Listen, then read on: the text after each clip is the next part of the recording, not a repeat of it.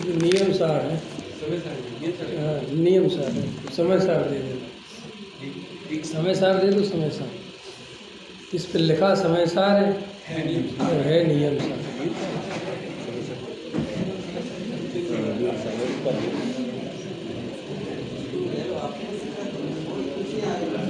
सावधान।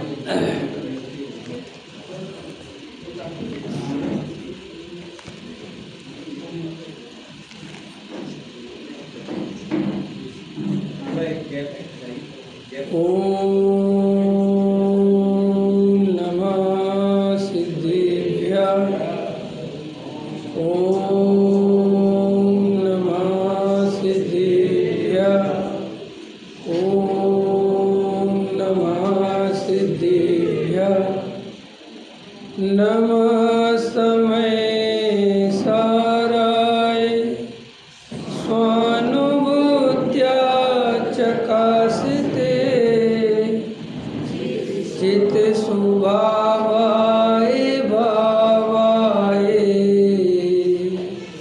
सर्वभावान्तरच्छिदे अनन्तधर्मणस्तत्त्वं पश्यन्ति प्रत्यगात्मनः अनेकान्तमयी मूर्ति नित्यमेव प्रकाशितां वन्दे तु सव्यसिद्धे दुर्व्यचलमणोभवं गतिं पते मोक्षामि समयपाहुड मिडमो शुद्ध केवली बड़िदम संतप्त मानस शांत हो जिनके गुणों के गान में वे वर्तमान महान जिन विचरे हमारे ज्ञान में। आचार्य कुंद कुंद देव द्वारा विरचित यह समय सार परमागम विराजमान है। अशरीरी होने का यह ग्रंथ महाभाग्य से पूज्य गुरुदेव श्री के पुण्य प्रताप से आज घर घर में पहुंच गया है और हम सबके हाथों में ये है। और इसको पढ़ने पढ़ाने वाले आदरणीय डॉक्टर साहब हुकुमचंद भाल जी के माध्यम से इतने सारे विद्वान तैयार हो गए हैं कि समय सार जो महादुर्लभ था आज महासुलभता से हमारे घर में उपलब्ध है। और इसको पढ़ाने वाले विद्वान आपकी एक आवाज़ पर 2 टाइम खड़े हुए हैं। आप पढ़ नहीं सकते लेकिन इतने पढ़ाने को तैयार हैं। लेकिन कभी कभी सौभाग्य भी दुर्भाग्य में बदल जाते हैं। जब कोई चीज़ आवश्यकता से ज़्यादा मिल जाती है तो शायद फिर हम उसकी उतनी वैल्यू उतनी कीमत नहीं कर पाते और कहीं ना कहीं वो खो देते हैं। पूज्य गुरुदेव श्री ने इस तत्व ज्ञान को पाने में जो अपना पूरा जीवन लगा दिया। हम सब विदिशा नगरी में मैं पहली बार आया हूँ। विदिशा ही पहली बार आया हूँ। गुरुदेव 2 बार आए और गुरुदेव 2 बार आए। और यहाँ पर आदरणीय पंडित साहब, हमारे शिखर पंडित साहब, ये हमारे डॉक्टर साहब के परम मित्र में से एक है। और मैं दादा का बहुत सत्संग मेरा रहा, पोते की तरह रहा। तो आते थे पंडित साहब वहाँ पर हर शिविर में, और डॉक्टर साहब की वार्तालाप इनके साथ जैसी होती थी तो हम तो इनको अपना दादा जी जैसा मानते हैं। और मुझे उनको देख के बहुत प्रसन्नता हुई। और हमारे पंडित साहब अब नहीं रहे, ज्ञानचंद पंडित साहब का भी बहुत मैंने प्रवचन सुना। आप लोग तो यहाँ के हो तो उनका बहुत लाभ लिया होगा, लेकिन उनका पंच परावर्तन आप लोगों ने सुना हो कभी? तो उनके जैसा पंच परावर्तन समझाने वाला अभी तक कोई हुआ नहीं। ऐसा पंच परावर्तन समझाते थे कि सच में जीव को 1 मिनट के लिए तो संसार से अरुचि हो जाए और जीव घबरा के आत्मा की ओर भागे। ऐसा हमारे पंडित साहब का बहुत बढ़िया, मैंने बहुत स्वाध्याय का लाभ लिया।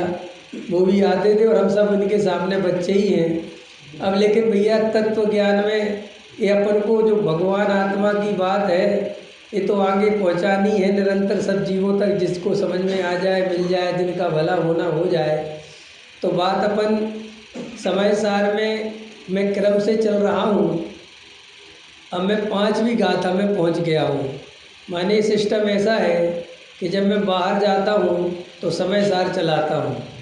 रात्रि की एक क्लास चलती है जूम क्लास, उसमें चल रहा है पुण्य पाप अधिकार। वो कर्ता कर्म अधिकार से प्रारंभ हुआ था 2-3 साल पहले, वो पुण्य पाप अधिकार चल रहा है। और सुबह के प्रवचन में विश्वास नगर में चल रहा है योग सार, गुरुदेव श्री का जो प्रवचन है वो चल रहा है। और मोक्ष मार्ग प्रकाशक पर प्रवचन पूरे हो चुके हैं। अब यहाँ पर अभी सोनगढ़ में तो वहाँ पे 5वीं गाथा प्रारंभ की थी। सोनगढ़ में था मैं अभी, तो अपन वहाँ तो एक ही प्रवचन था। तो 5वीं गाथा के आधार से अपन चर्चा करेंगे। लेकिन मैं आपको भूमिका के स्वरूप ये समझा रहा हूँ कि कोई चीज़ बहुत सुलभता से मिल जाने पर कभी कभी हमारे जीवन में हमें ऐसा लगता है कि वो ठीक है साहब, परिचय हो गया और परिचय से वो प्रतीति तक नहीं पहुंचता, तो वो परिचय कोई काम का नहीं है। देखिए, जो चीज़ जितनी दुर्लभता से मिलती है उसकी हम कीमत उतनी ज़्यादा करते हैं। आपको पता है, अभी पंडित साहब नहीं है यहाँ पर, वो बता रहे थे ना सोना और पीतल उदाहरण दे रहे थे। लेकिन वास्तविकता ऐसा नहीं है। जो कीमती चीज़ है, दुर्लभ है, अगर सोने के आपको ढेर लग जाए तो आप सोना उठाओगे भी नहीं, फिर कहोगे बात खत्म हो गई। वो रहेगा वैसे ही। लेकिन इतना सोना आपके घर में भर दिया जाए कि आपका पूरा घर सोने से भर दिया जाए, बोलो आप क्या करोगे? उठाओ इसको, फेंको कहीं, रोटी कहाँ बनाएंगे? समझ में आया? तो कीमत किसी वस्तु की बहुत हो, लेकिन वो हमें अपनी आवश्यकता से जब ज़्यादा मिल जाती है, सहज मिल जाती है, सुलभ मिल जाती है, तो कभी कभी हम अपने जीवन में उसका वैसा उपयोग नहीं कर पाते जैसा उपयोग हमें करना चाहिए। इसलिए मैं कभी कभी देखता हूँ गैर मुमुक्षु का बच्चा दमदार मुमुक्षु बन जाता है और मुमुक्षु का बच्चा नकली मुमुक्षु बन के रह जाता है। ये है सहज है, वस्तु का ऐसा स्वभाव है। हमें सबसे कीमती चीज़ क्या है पृथ्वी पर? डॉक्टर साहब, हमारे डॉक्टर साहब बेटे साहब हमारे बहुत अच्छे परिचित थे। बताओ क्या है सबसे कीमती चीज़? क्या है जिसके बिना आप थोड़ी देर भी, 5 मिनट 10 मिनट भी जिंदा नहीं रह सकते? बताइए, कितनी कीमत करते हैं पर उसकी। फिर दूसरे नंबर पर क्या चीज़ कीमती है? जल। उसकी क्या कीमत करते हैं? आप समझ गए ना? क्योंकि वो प्रकृति ने जो सबसे ज़्यादा आवश्यकता थी वो आपको इतनी ज़्यादा मात्रा में दी कि आप कहीं पर भी खड़े हो जाओ, ऑक्सीजन वहाँ पर है। चाहे आप लंदन चले जाओ, अमेरिका चले जाओ, जापान चले जाओ। कोरोना आया था तब आपको पता चला कि जो ऑक्सीजन क्या चीज़ होती है। समझ में? अभी जल है, ये जल आजकल अभी ऐसा ऐसा जल आ गया, ऐसा ऐसा पानी आ गया कि एक 40,000 रुपये लीटर का पीता है वो विराट कोहली है, ऐसा कुछ आता ध्यान नहीं मेरे को, 4,000 लीटर या 40,000। अब एक आदमी जिसने बिस्लरी बनाई थी, उसका नाम भी ऐसे ही कुछ है तो ज़्यादा दे, उसने भी जब पानी बेचने की बात कही तो सारे लोग हंसने लगे कि तुम मूर्ख हो क्या, पानी भी कोई तुमसे लेगा? उसने कहा लेगा। और आज बिस्लरी कहाँ से कहाँ है वो ब्रांड। समझ में आया? तो कीमत आपको देनी पड़ती है चीज़ों की, आपको उसकी दुर्लभता दिखानी पड़ती है। आप उसको जब ज़्यादा मात्रा में देने लगते हैं, लोगों को नहीं चाहिए तो भी देने लगते हैं, तो उसका रिजल्ट ये आता है कि हम प्रवचनों को कथा कहानी समझने लग गए। ये कोई जैन दर्शन में प्रवचन कथा कहानी नहीं है।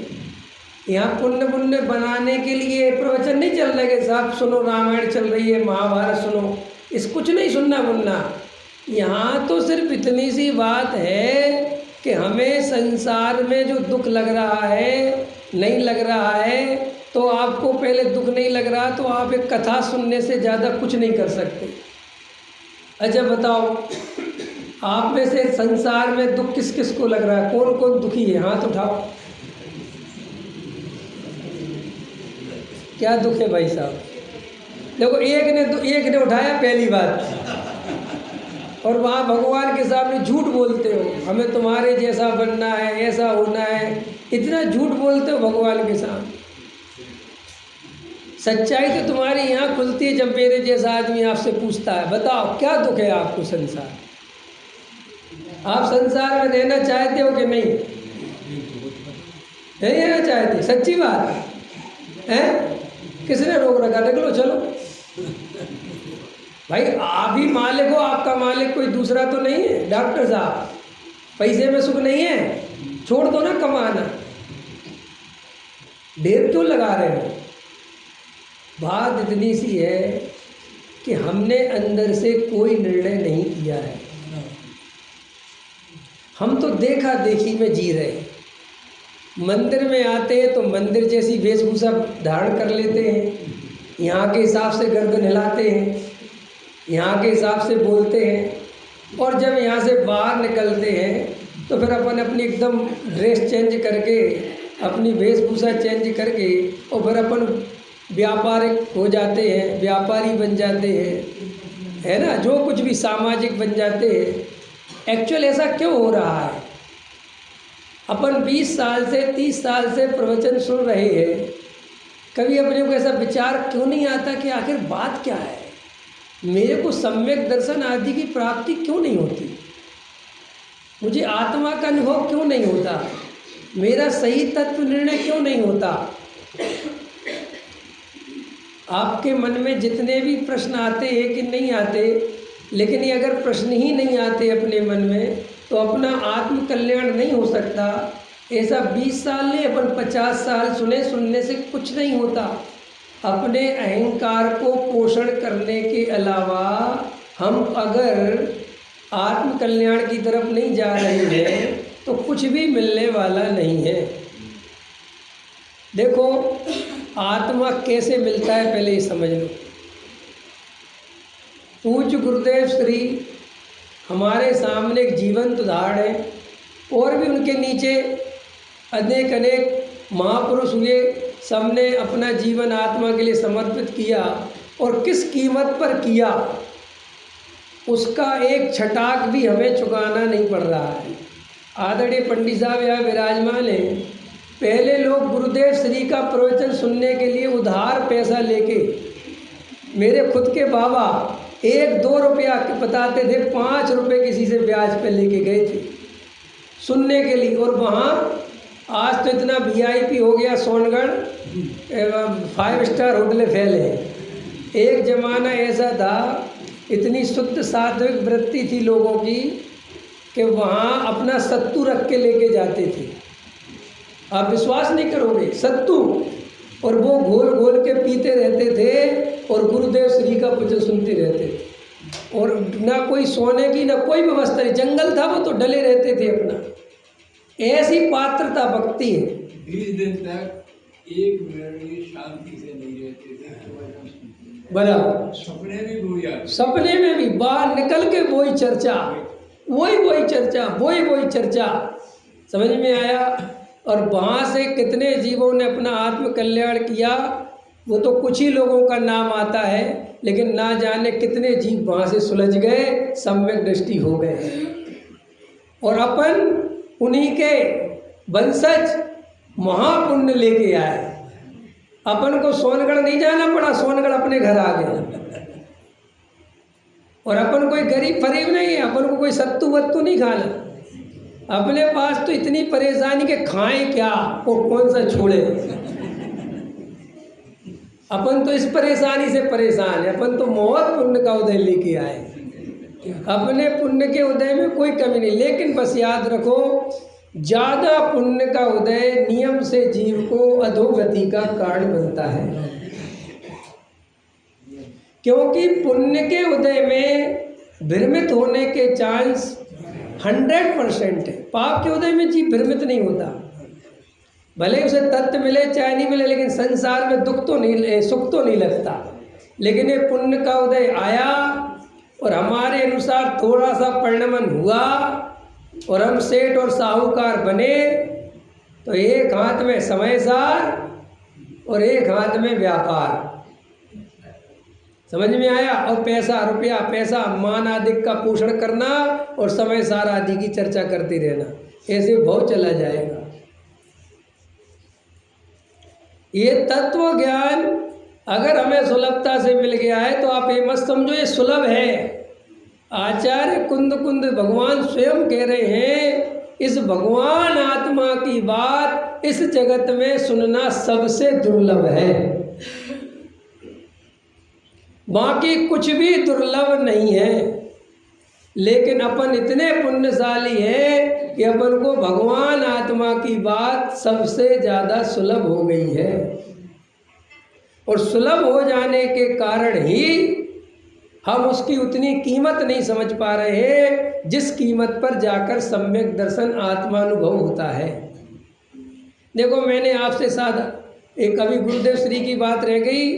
गुरुदेव श्री 45 वर्ष तक संप्रदाय में रहे और आप विचार करो कितनी अंदर आत्मा की प्यास, कितनी लगन लगनी रही होती होगी कि तब जाकर वो वहाँ समय सार आदि मिला और उन्होंने अपना कार्य किया। हम सबको ऐसा कुछ भी नहीं है, अपन तो बने बनाए दिगंबर हैं। अपन को कोई पंथ संप्रदाय नहीं बदलना, अपने को कोई जाति विरोध नहीं, अपना कोई घर परिवार नहीं, कुछ भी नहीं बदलता। फिर भी अपन इतना सुलभ और इतना सहज संयोग बनने पर भी जरा से मानादिक में, जरा से लोभादिक में ये पूरा भव दांव पे लगाने को तैयार है। देखो, अगर आपको संसार में दुख नहीं लगता है तो आप पहले नंबर पर निर्णय करो कि हमें दुख क्यों नहीं लगता।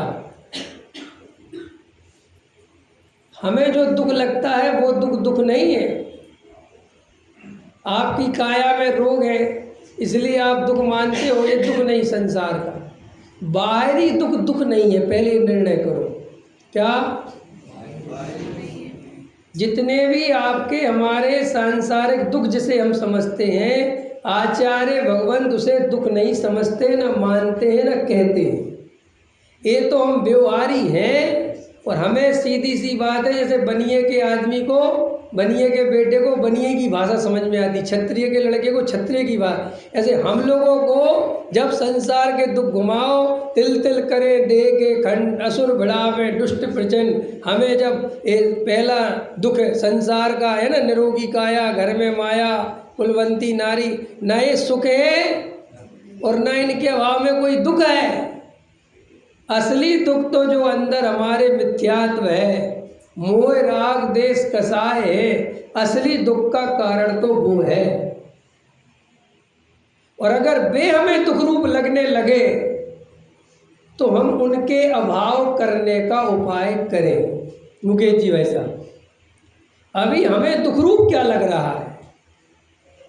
हमें दुख रूप ये लग रहा है कि हम आपके विदिशा में आए और आपने यथायोग हमें सम्मान नहीं दिया तो हमें दुख है।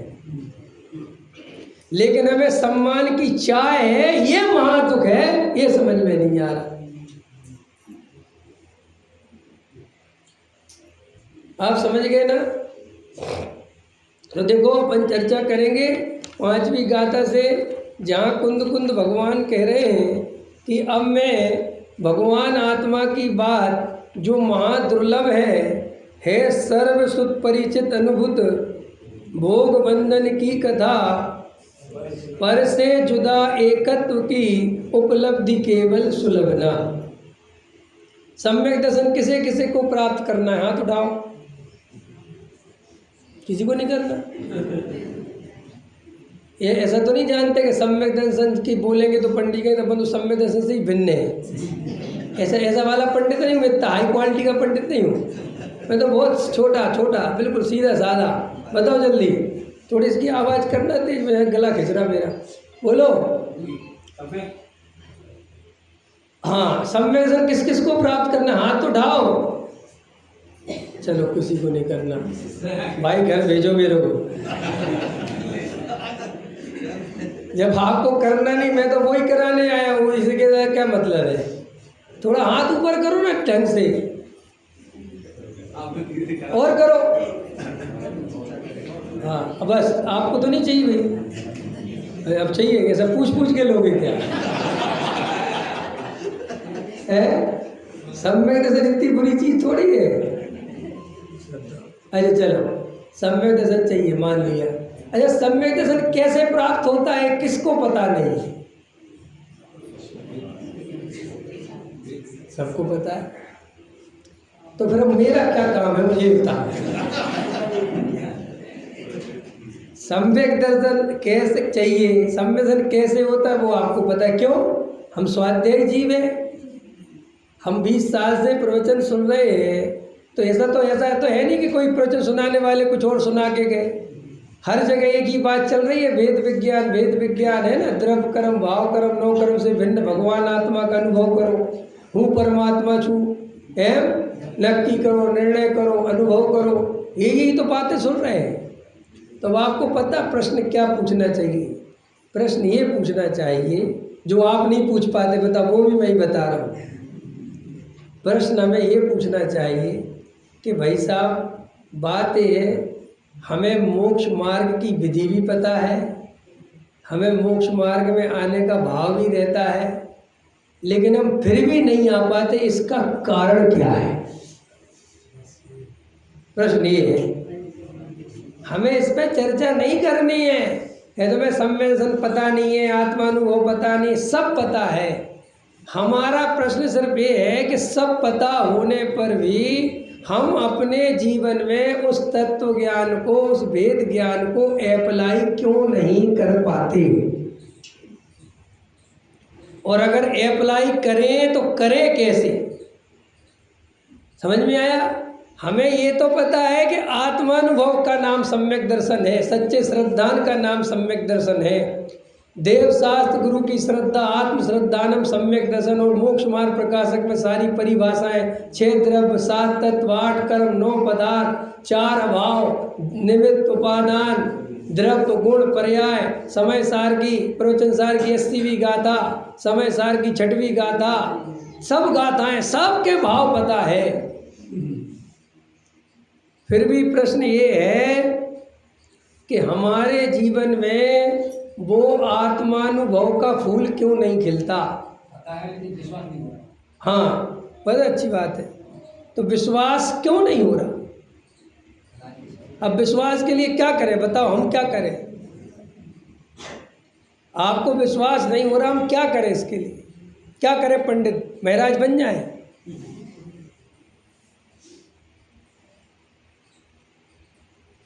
सिर्फ एक ही कारण है जिसके कारण नहीं हो रहा। नास्ति और अस्ति से 2 कारण बना सकते हैं। एक तो हमारी संसार की रुचि कम नहीं हो रही, हमारी संसार में सुख की कल्पना नहीं टूट रही, इतनी बात पहले नंबर पर। देखो आज अपने को दुख है, लेकिन कल सुख आएगा, इस चक्कर में आज को भुलाते हैं। समझ में आया? हम वर्तमान में परिपूर्ण भगवान हैं, वर्तमान में हम परिपूर्ण परमात्मा है, भगवान है, सिद्धों के समान है। लेकिन हमें इस परमात्मा होने में रस नहीं है, हमें पर्याय वाले परमात्मा में रस है, और हम उसकी आशा में लगे रहते हैं, और ये होने वाले परमात्मा को स्वीकार ही नहीं कर पाते। इसके कारण वो दशा नहीं आ रही। पकड़ में आ रहा मैं क्या कह रहा हूँ?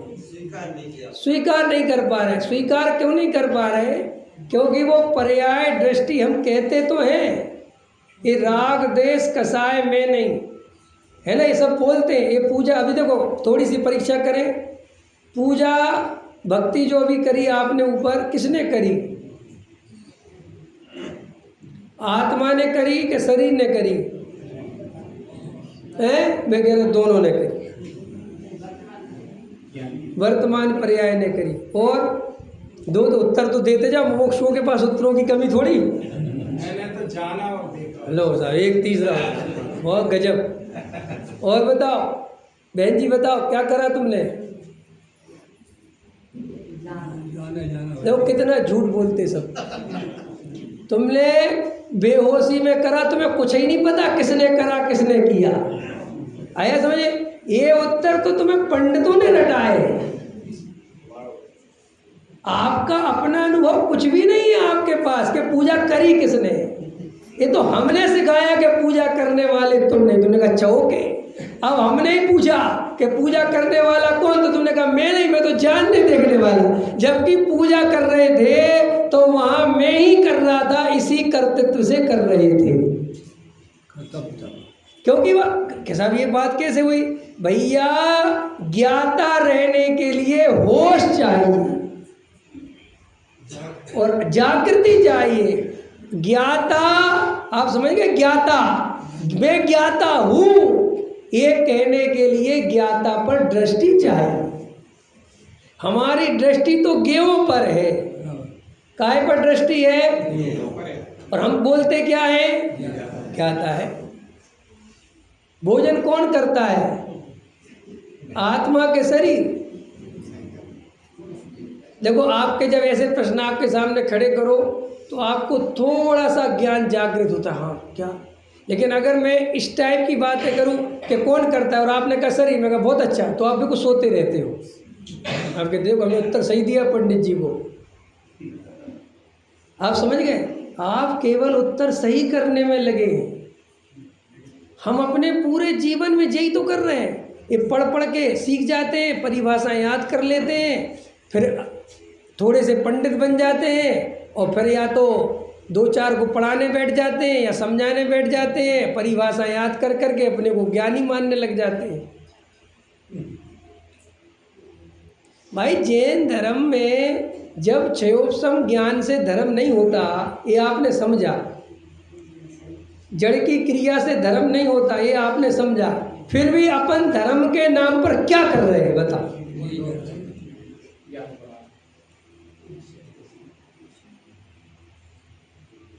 बताओ क्या? अच्छा आप सब बताओ, मैं तो आपसे ही पूछ रहा हूँ। इसके अलावा आप दिन भर में क्या करते धर्म के नाम पर, और क्या करते? अच्छा, टोडामल जी साहब को सबने पढ़ा है। टोडामल जी साहब ने सम्यक दर्शन का कारण क्या लिखा? बताओ भाई साहब, ये तो सरल प्रश्न पूछा मैं। नहीं, टोडामल जी साहब ने सम्यक सन्मुख में लिखा ना, हाँ कि कैसे सम्यक दर्शन की प्राप्ति होती है, लिखा ना क्या करना चाहिए। जितनी अहम बुद्धि पर में है उतनी अहम बुद्धि स्वयं में आए। हाँ बोलो भाई साहब, बोलो। तत्व निर्णय, और उसके पहले तत्व निर्णय कैसे होगा? हाँ बस देखो तत्व विचार की। तो तत्व विचार है क्या चीज पता है आपको? क्या है तत्व विचार? कौन कौन करता है आप में से तत्व विचार? हाथ उठाओ। बहुत अच्छा, एक जन करते हैं, दो जन करते हैं। देखो बड़े जो बैठे पंडित साहब वगैरह, उनका नहीं कह रहा मैं, तो आप लोगों से पूछ रहा हूँ। देखो भाई, अगर आप तत्व विचार नहीं करते तो आपका तत्व निर्णय कैसे होगा? और तत्व विचार माने क्या? गलत क्या सही? अरे तत्व विचार माने जैसा आपने वस्तु स्वरूप पढ़ा है, समझा है, उसका अंदर में बैठकर विचार प्रारंभ करो। कार्य उपादान से होता है कि निमित्त से? बताओ जल्दी, काय से होता है? कहाँ पढ़ा, कहाँ लिखा? और अनुभव क्या है?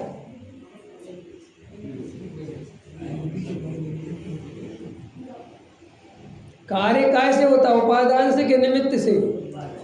अरे बोलो, इसका उत्तर ऐसे दिया करो, कार्य उपादान से होता है, ऐसा हमने स्वाध्याय में सुना है।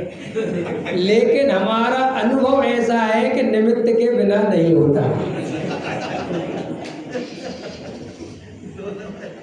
बस ये आप अगर सही उत्तर दोगे तो बहुत बढ़िया हो जाएगा। अपन क्या कर रहे हैं? उत्तर तो वो दे रहे हैं जो जिनवाणी में लिखा है। पंडित साहब तो क्या है, धोखा देने में आसानी हो जाती है। आपको पता है नेता वगैरह सफ़ेद कपड़े क्यों पहनते हैं? पंडित भी पहनते हैं हालांकि। पता है क्यों पहनते हैं? और ताकि आपकी आंखों को भी अच्छे लगते और हम थोड़े सज्जन से भी दिखते, हम है नहीं। लेकिन ये भेष बना के धोखा देने में बहुत आसानी होती है। और मज़ेदार बात है, तुम्हें हम कितने ही समझा ले भेष से कुछ नहीं होता, तो मरोगे भेष पे ही। ये लिख के ले लो। अभी आप मेरी जितनी बात सुन रहे हैं ना, और समझ लो उसको ऐसा अपन बांट ले थोड़ा सा। जैसे अभी आप पे जो सुना रहा हूँ आपको, तो आपसे मैं कहूँ कि आप मुझे कितने नंबर दोगे 10 में से, उदाहरण के लिए, तो आप कहोगे 10 में से 5 दे देंगे। 5 अच्छा बताते आप 5 दे देंगे, बराबर हो गया। और अगर मैं अभी ब्रह्मचारी वाला भेष ले लूँ तो भाई साहब आप कहोगे आप कुछ भी बोलो 10 में से 10 लो। और अगर कपड़े उतार ही दूँ तो फिर तो तुम कहोगे सुनाने की जरूरत नहीं, आपको नमोस्तु ही काफ़ी है।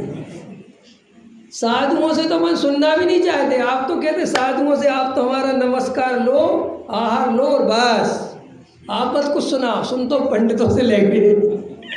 ये हमारी भेष की इतनी बड़ी प्रॉब्लम है। इतना समझाते समझाते चले गए ज्ञानी पुरुष कि इन भेष में, पंथ में, संप्रदाय में, जाति में, इनमें कोई धर्म नहीं है। लेकिन मज़ेदार बात है, हमारा पहला सिग्नल यहीं से चालू होता है। अगर आपको मेरे बारे में पता चल जाए कि विवेक जी ऐसे उठते, ऐसे बैठते, ऐसी दिनचर्या, ऐसे खाते, ये नहीं खाते, वो नहीं खाते, फटा ढका ढका ढका, तो आपकी अटेंशन मेरे प्रति 1000 गुना बढ़ जाएगी। और अगर आपको कह दे कि वो तो नॉर्मल है, नॉर्मल तो बात खत्म है। क्यों, ऐसा क्यों? तुम्हें मेरे खाने पीने से धर्म मिलेगा कि मेरे सुनाने से धर्म मिलेगा? जो मैं बताऊंगा, जो मैंने चिंतन किया है, वो तुम्हारे काम का है कि मेरी दिनचर्या क्या वो काम की है? बोलो। लेकिन अपन भेष से बाहर नहीं निकल पाते। ये मैं आपको सब पता क्यों बोल रहा हूँ कि आपको मेरा टेस्ट समझ में आ जाए कि अभी हम कहाँ खड़े हुए हैं, अभी हमारा जीवन कहाँ जा रहा है। और कोई बात नहीं है, कोई इतना कठिन है ही नहीं धर्म। धर्म कठिन नहीं, लेकिन अपन सुनकर भी कुछ समझते नहीं। क्षयोपम ज्ञान से धर्म नहीं, क्रिया कांड से धर्म नहीं, पंथ संप्रदाय में धर्म नहीं। ये बात 50 साल सुनने के बाद भी अपन इससे ऊपर नहीं उठ पाते। बोलो, अपन निकल गए ऊपर? निकले ऊपर? निकले? विचार करके देखो निकले कि नहीं निकले। अगर अपन नहीं निकले तो बोलो अपन को आत्मानुभव क्यों होगा? अपन के अंदर तत्व के प्रति अपने अपने हृदय में चेक करो, वो ईमानदारी है? जो तत्व के लिए समर्पण चाहिए, जो ईमानदारी चाहिए, वो अपने अंदर है। देखो, अपन अपना किसी को बताने के और नहीं है तो सीधी सी बात है, जब तक वो नहीं लाएंगे नहीं होगा। ये पोपा भाई का राज नहीं है, ये कुछ नहीं होता इन बातों से। तुम कितनी भक्ति कर लो, कितने कुछ कर लो, कुछ नहीं होता। क्योंकि मिथ्या दृष्टि सम्यक दृष्टि से ज़्यादा भक्ति करता है, और खूब खूब करता है। क्योंकि श्रद्धा अंधी हो तो ज़्यादा सुविधा होती है।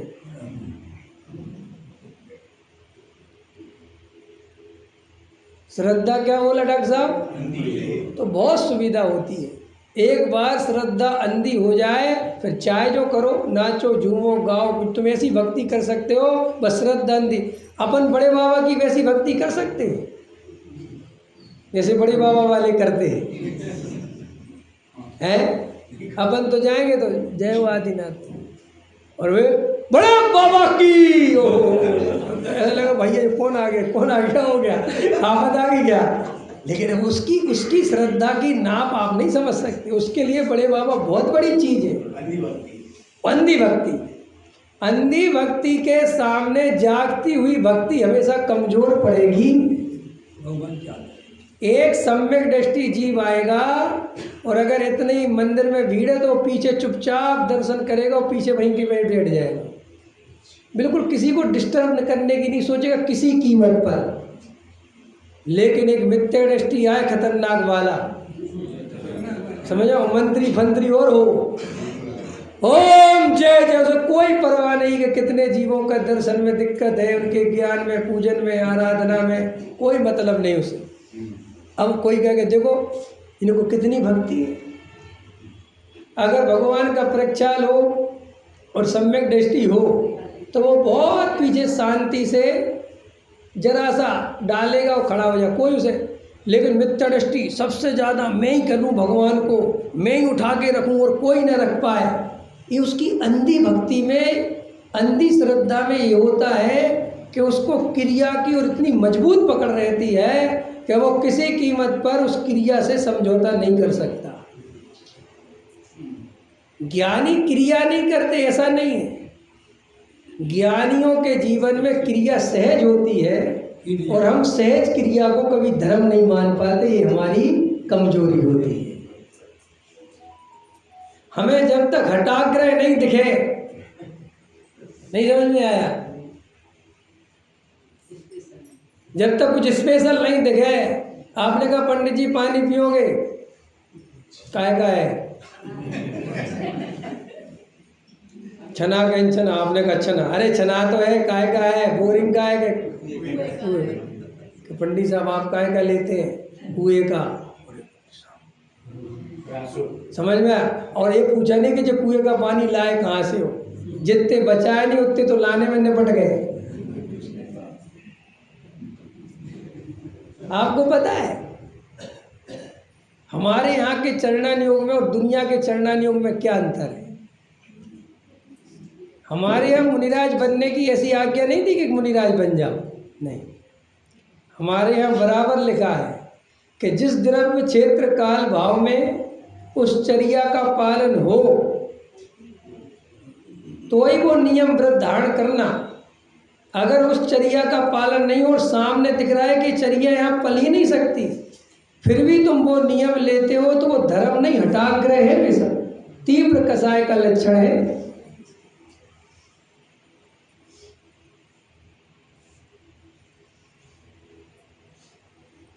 हम लोग जब 17-18 साल पहले पहुंच गया था मैं दिल्ली, तो मैं अमायन गया 1-2 बार, तो पंडित साहब से बहुत रिक्वेस्ट करी कि दिल्ली आना है। हम लोगों ने उन्होंने एक बहुत अच्छी बात बोली, मुझे आज भी याद है। वो हमेशा कहते थे देखो मेरा वहाँ पर मेरी चर्या का पालन नहीं हो सकता, तुम लोगों की भक्ति, तुम लोगों की विनय, तुम लोगों का समर्पण देखता हूँ, लेकिन मैं नहीं आ सकता।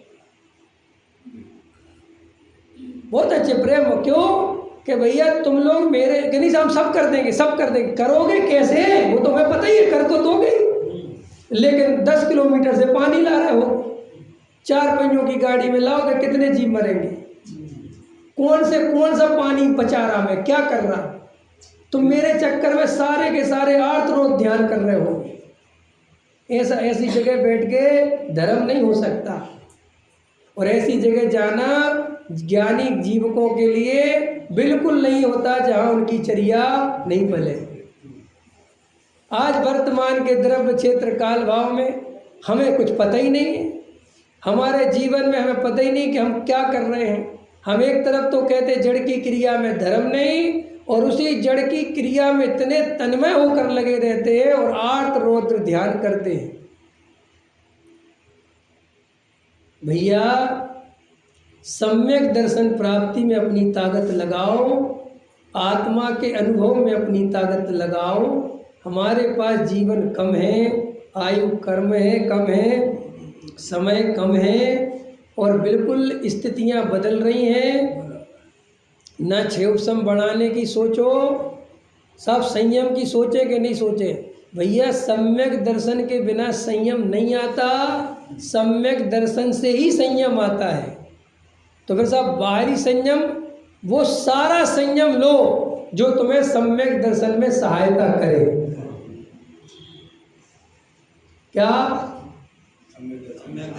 बाजार का मत खाओ, घर का बना हुआ खाओ, समझ में आया? लेकिन वैसी चर्या पालो जिसमें परिणामों में आकुलता नहीं हो, मलिनता नहीं हो, बोझा नहीं हो। आग्रह नहीं हो, शुद्ध सात्विक जीवन होना, लेकिन आग्रह, हटाग्रह, खेचतान नहीं करना। क्यों साहब, इससे क्या मतलब है? क्योंकि जब अपन अपने जीवन में अपने पास ताकत ज़्यादा नहीं है, पंडित साहब आपको एक मार्मिक बात बताता हूँ, राग भी हमारे पास लिमिटेड है। क्या बोला मैंने? ये सुना कभी? सुना होगा, राग तो साहब अनलिमिटेड है ना, अनंतानुबंधी अनंत राग। लेकिन नहीं, ऐसा नहीं, राग लिमिटेड है दीपक जी। सब लिमिटेड राग का मतलब क्या है? अगर आपने सुबह आपका 1 किलो राग तैयार हुआ, कितना किलो? 1 किलो। ऐसा होता नहीं किलो किलो में, लेकिन मान लो, और तुमने 1 किलो पूरा राग पूजा में खर्च कर दिया,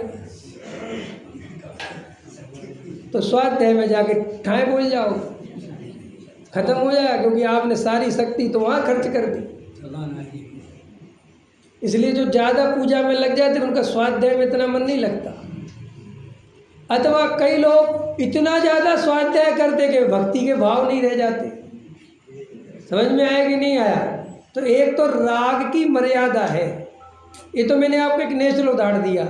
ऐसे ही जो व्यक्ति अपनी भूमिका से ज़्यादा नियम व्रत पालता है, उसका सारा राग, सारी शक्ति वहाँ खर्च हो जाती है,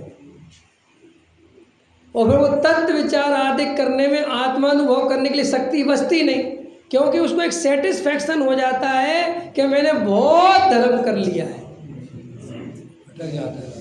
और दूसरी बात, हम जन्मों जन्मों के अहंकारी हैं। आज के अहंकारी नहीं है, जन्मों जन्मों से अहंकार भरा पड़ा अपने अंदर, क्योंकि अपन 1 इंद्री 2 इंद्री की पर्याय में दबे रहे ना, दूसरे के पैरों के नीचे। तो अपन को जैसे ही थोड़ी सी शक्ति मिलती है तो अपन ताकत लगाते हैं कि हम कुछ हैं, हम कुछ हैं। और जब अपन कोई भी ऐसा काम करने लगते हैं तो फिर अपन को अंदर में दूसरे लोग हीन आदि दिखाई देते और अपन बड़े दिखाई देते हैं। वे हीन, अरे जे तो साहब हम आज तक हमने अपने जीवन में शाम के 5 बजे के बाद पानी नहीं पिया, और तुमने पिया सो तुम पापी, तुम जाओगे नरक में, हम जाएंगे स्वर्ग में। तो आप कहोगे क्या पी ले? पी लो, तुम्हारा मन करता है, मना कौन ने कहा? पानी पीने और नहीं पीने से धर्म होता ही नहीं, और पी लोगे और नहीं पियोगे प्रश्न नहीं है। तुम्हारे अंदर अगर तुम मेरा सुन के पी लेते हो तो पी रहे हो। यस, आपको श्रद्धा ही नहीं थी, आप तो किसी पंडित का इंतजार कर रहे थे कि कोई आ जाए और छुटकारा दिला जाए। इसलिए अपन क्या करते, अपने मन के पंडित चुन लेते हैं। जो अपने कसाय का पोषण करे वो हमारा पंडित बन जाता है। हाँ, आप समझे ना क्या है कि हम जन्मों जन्मों से बदमाश, बहुत चालाकी बहुत भरी अपने अंदर। ये मैं तो कुंद कुंद भगवान की कह रहा हूँ। कुंद कुंद जैसे आचार्य भगवान, उनने भी जब समय सार लिखा और जब वो 5वीं गाथा तक पहुँचे तो वहाँ 3 तक तो वो समझाया, सिद्धों को नमस्कार, फिर स्वयं समय पर समय, फिर एकत्व सुंदर, फिर चौथे में कहा कि साहब आत्मा बहुत दुर्लभ है। अब 5वें में पहुँचे तो बोले साहब मैं उस दुर्लभ आत्मा को दिखाने जा रहा हूँ। तो भी उनको विकल्प आ गया, उनने कहा रुक जाओ यार, ये खतरनाक लोग हैं। उनने कहा भाई तुम जो है छल ग्रहण मत कर लेना। समझ में आया कि नहीं आया? क्योंकि कुंद कुंद भगवान भी जानते हैं ये जीव को कितने ही ईमानदारी से समझाओ, कितने ही बढ़िया बात समझाओ, ये अपनी कसाय का पोषण करे बिना मानता नहीं। और फिर व्याख्या करने वाले तो मिल ही जाते हैं। तो कई लोगों ने उसकी अपने हिसाब से किसी से कह दिया कि साहब वो ये कह रहे हैं कि व्याकरण की गलती, कोई शब्द की गलती, कोई ये गलती। अरे भैया मुद्दे की बात है, भगवान आचार्य भगवान इन चीज़ों की परवाह नहीं करते तुम्हारे शब्दों फब्दों की। अगर वे इतने शब्द के होते तो वे तो संस्कृत वाले बनते, लेकिन उन्होंने कहा प्राकृत क्यों चुनी कि सब जीवों को समझ में आ जाए। सबको मिल, ये प्राकृत समझ गए। ये अपन को आज लगता है कि प्राकृत भाषा, ये उस समय बोली जाने वाली भाषा है। इसलिए आप ये मत समझना कि कोई संस्कृत प्राकृत और हिंदी तीन नहीं थी, प्राकृत ही बोलते थे लोग, यही भाषा समझते थे, बोलचाल की भाषा थी ये। एक कालांतर जैसे अपन अब बुंदेलखंड के हैं, अब अपन धीरे धीरे अपनी जो नई जनरेशन आ रही है ये बुंदेलखंडी छोड़ती जा रही है। अब अपन लोग पुराने लोग हैं, अब हमें ही दिल्ली चला गया, अब वहाँ पर कोई बुंदेलखंड का मिलता नहीं, तो इतने आओ ते जाओ खत्म ही हो गया, नहीं समझ में आया। अब ये वो निकल जाएगी वो धीरे धीरे, और मेरा बेटा तो बोल ही नहीं पाएगा। लेकिन वास्तव में असली भाषा अगर बुंदेलखंडी लिखी हो तो हमारी भाषा थी वो, अब समय के साथ बदल गए, अपन हिंदी वाले हो गए। तो वहाँ आचार्य यही कहना चाहते हैं कि जब मैं अभी छठवीं गाथा में भगवान आत्मा की बात दिखाऊंगा तो ये जीव छल ग्रहण ना कर ले, माने ये निश्चयाभासी ना हो जाए, कोई व्यवहाराभासी ना हो जाए, कोई उभयाभासी ना हो जाए, कोई प्रवादी ना हो जाए कि अपन तो बने बनाए भगवान है, चलो चक्कर खत्म। ये कोई आप छोटी मोटी बात नहीं समझना। अपन को थोड़ी बहुत तो मोक्ष की टेंशन होती है, नहीं समझ में आया, अपन बोर छोड़ देते हैं, बाकी टेंशन लिए रहते हैं। ऐसे खतरनाक मोक्षु हैं जिन्हें सम्यक दर्शन की टेंशन नहीं, अपने बेटे की टेंशन पूरी है। उनसे कहोगे सम्यक दर्शन, वो तो कहते हैं एक समय की पर्याय है, और मैं पर्यायों से पात्रकाली ध्रुव। मैंने कहा गजब हो गया साहब, और आपका बेटा बोले वो मेरा है। ऐसे मिथ्या दृष्टियों का क्या होगा, है ये ऐसा धर्म करोगे? सम्यक दर्शन को मेरा दर्शन करना हो, ये बात बोलने के लिए ध्रुव की दृष्टि चाहिए। द्रव्य में बैठ के पर्याय से भेद ज्ञान की बात करना, पर्याय में बैठ के पर्याय से भेद ज्ञान क्या करोगे? भेद ज्ञान राग से भिन्न देखने की बात कर रहे और शरीर से भिन्न नहीं देख पा रहे। ये सब कारण है अपने सम्यक दर्शन नहीं होने के। तो आज पहले प्रवचन में समझ लें ध्यान से कि अगर अपने को आत्म कल्याण करना है तो सबसे पहले संसार की रुचि छोड़ो। अगर रुपये में सुख दिखता है, मकान में सुख दिखता है, संयोगों में सुख दिखता है, तो बैठ के शांति से घंटा भर रोज इन्हीं बारे में सोचो कि इनमें सुख है कि नहीं, मैं इनके भरोसे कब तक रहूंगा, ये पर्याय कितने दिन टिकी रहेगी, ये संयोग कब तक बने रहेंगे। बार बार इन पर चोट करो ताकि यहाँ से तुम्हारा एकत्व टूटे, और ये एकत्व टूटे उसके बाद अंदर चलो। पहले 9 कर्म का एकत्व तोड़ो, फिर 9 कर्म का एकत्व पक्का लगने लगे कि अब बिल्कुल बेटा कल जाता था आज चला जाए कोई फर्क नहीं पड़ता, ऐसा बिल्कुल अंदर भासने लगे, अंदर ऐसा निर्णय लगने लगे कि बिल्कुल एकदम ठीक है, इस शुद्धारा सब समझ लिया, कुछ नहीं है। फिर आचार्य कहते कि अंदर चलो, अब आ जाओ भाव कर्म पर। इस शरीर आदि को ध्यान से देखो, ये शरीर का परिणमन क्या मेरा परिणमन है, क्या ये शरीर मैं हूँ? जल्दी मत करो, आप जल्दी में क्या मैं तो ज्ञाता हूँ, अरे भैया वो ज्ञाता तक पहुँचना इतना आसान नहीं है, वो आत्मा की अनुभूति इतनी सरल नहीं है। फिर जब शरीर से पक्का भेद ज्ञान मजबूत हो जाए, फिर उसके बाद अंदर जाके राग आदि दिखाई देंगे, कसाएं दिखाई देंगे, अपने अभिप्राय दिखाई देंगे। अभी तो अपन को अपना अभिप्राय नहीं पता चल रहा कि अभिप्राय क्या है। डॉक्टर साहब प्रवचनों में कहते थे कि मैं अभी भी इतना स्वाध्याय सुनने के बाद मोक्षों से कहना चाहता हूँ, इतनी गुरुदेव श्री की बात सुनने के बाद भी वो कहते थे कि अभी भी अपने मोक्षु 99% व्यवहाराभासी ही हैं। अभी भी क्रिया में धर्म बुद्धि नहीं निकली। और अभी मैं क्रिया की महिमा बताऊं, आप 1 मिनट में क्रिया की तरफ झुकेंगे, क्योंकि जन्मों जन्मों के संस्कार हैं। देखो भैया, रोज मंदिर आना चाहिए, समझ में आया? मंदिर के बिना तुम्हारा अगर पानी पी लेते हो तो सब गड़बड़ है, समझ में आया? बिल्कुल ठीक नहीं है, तुम मुमुक्षु कहलाने लायक नहीं हो। आपको ये बात बोली, ये व्यवहार का कथन है कि निश्चय का? बोलो, तुम्हें लगा था, तुम्हें ये बात व्यवहार की लगी थी कि बोलो परमार्थ की लगी थी?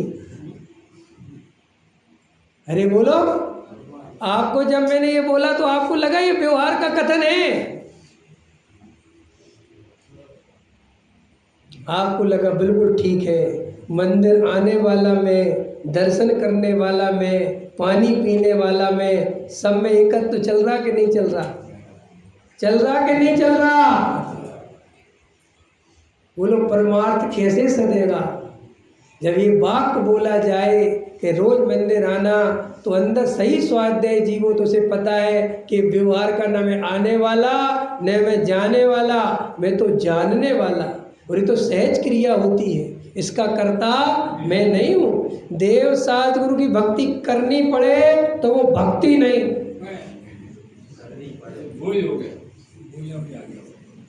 अब अपने अपने हृदय पे हाथ रखो, करनी पड़ रही कि हो रही है? किस किस की हो रही है? हाथ उठाओ। जिस जिसकी हो रही है सब सम्यक दृष्टि। मजाक थोड़ी कर रहा हूँ। आप होने का अर्थ भी नहीं समझते। आपको लगता नहीं साहब हमारी तो हो रही, हमारी तो हो रही। भाई साहब, हो रही करते हैं कि आपकी रोज आदत पड़ गई है, वो एक व्यसन तैयार हो गया है।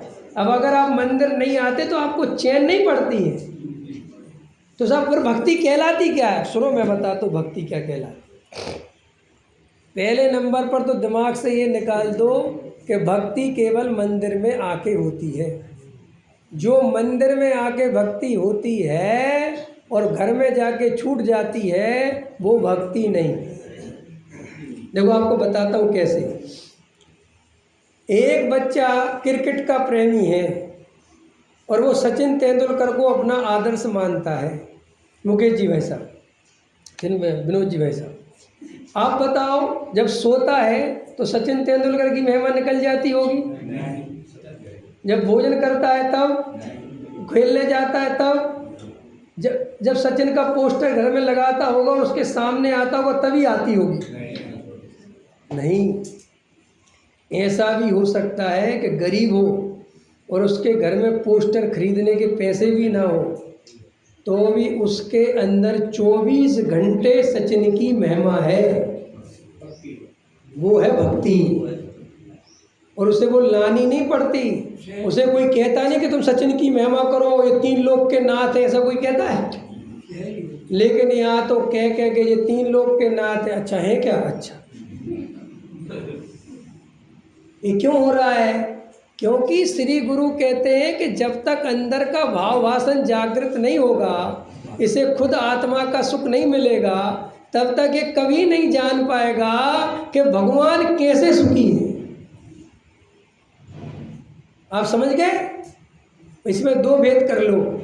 एक व्यक्ति वो है, आप हमारी उम्र के हो सकते हैं और बड़ी उम्र के हो सकते हैं, तो उनने कभी क्रिकेट नहीं खेला, कभी बल्ला नहीं पकड़ा, और उनको बताया कि सचिन तेंदुलकर है साहब, अच्छा, और ये क्रिकेट का भगवान है, अच्छा, और भाई साहब इसने शतकों का शतक बना रखा, ओ बहुत बढ़िया, ये तो बहुत महान खिलाड़ी है, हाँ साहब बहुत बड़ा क्रिकेट का भगवान।